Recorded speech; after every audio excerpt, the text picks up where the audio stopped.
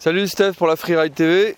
Donc pour les tests 2020, la Clusa, je viens de tester la 87 chez K2 en 160.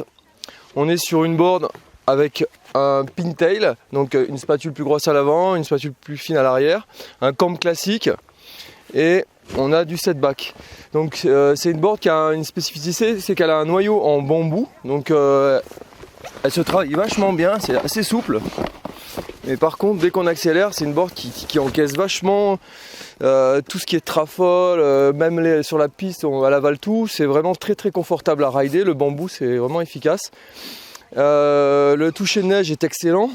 Alors c'est sûr, c'est pas une board qui est très esthétique, mais par contre, elle est hyper efficace.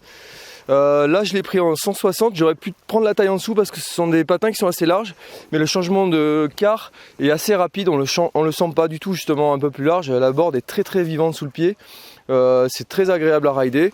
Moi c'est vraiment une board que j'apprécie dans toutes les conditions, on peut la rider un peu, si on la prend plus courte, on peut la rider un peu en mode new freeride, c'est-à-dire un peu faire du freestyle partout.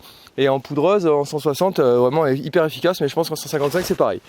Donc voilà, c'est une board qui peut convenir à plein de riders, on va dire du niveau presque débutant jusqu'à l'expert. Elle est vraiment assez complète et elle est vraiment très accessible, très bon plateau.